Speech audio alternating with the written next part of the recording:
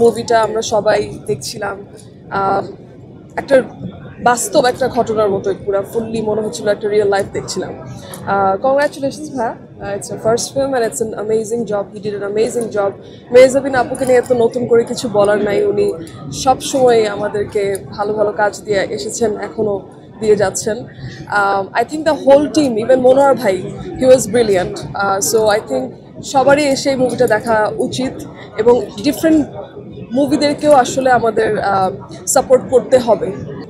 অনেক অনেক বেশি অন্যরকম ভালো লেগেছে। আমি এই মুহূর্তে অনেক বেশি ইমোশনালও, কথা বলতে একটু কষ্ট হচ্ছে। আমি জাস্ট একটা কথা বলতে চাই for Mehjabin, she is one of the most powerful actors that we have in our industry right now. এবং মেহজাবিনকে অনেকদিন ধরেই আমরা খুব ন্যাচারাল অ্যাক্টিং করতে দেখছি, তবে সাবাতেও অনেক বেশি নিজেকেই ছাড়িয়ে গিয়েছে।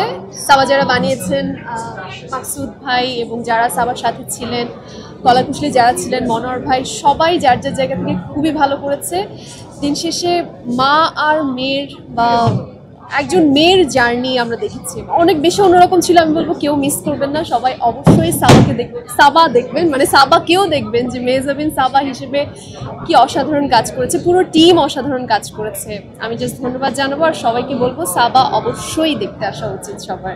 তো আমাদের এখানে যে নারী ভিত্তিক গল্প তৈরি হচ্ছে, এটা আমি অবশ্যই অনেক শুভ কামনা জানাই এবং আমি খুবই অ্যাপ্রিসিয়েট করি যে এত সুন্দর গল্প ভিত্তিক সিনেমা তৈরি হচ্ছে এখন। এবং মেহজাবিন বরাবরই অনেক অসাধারণ অভিনয় করে এবং সেটা যে এত সুন্দর করে একটা গল্পের মাধ্যমে ফুটে উঠেছে এবং এটা খুব দরকার ছিল। আমাদের এখানে ফিমেল অ্যাক্টরদেরকে এত সুন্দর জায়গা করা হচ্ছে এবং মেহজাবিন অসাধারণ অভিনয় করেছে এবং মুস্তফা মনোহর ভাই সবসময় অনেক ভালো অভিনয় করে এবং সবাই গল্পটা সুন্দর এবং পুরো টিমকে অনেক শুভকামনা। It's a brilliant movie. প্রতিটা ডিপার্টমেন্ট যেভাবে কাজ করেছে, from actors to director, production design, sound design, camera, Palash, খুবই ইন্টেন্স মুভি।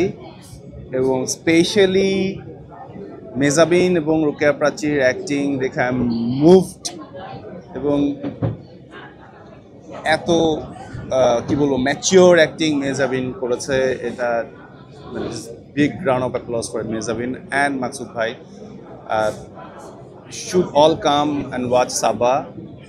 আর ভাবার কোনো কারণ নাই এটা আর্ট ফিল্ম বা এমন কিছু। It's a very commercial film এবং সম্পর্কের গল্প এবং খুব ইন্টেন্স সম্পর্কের গল্প।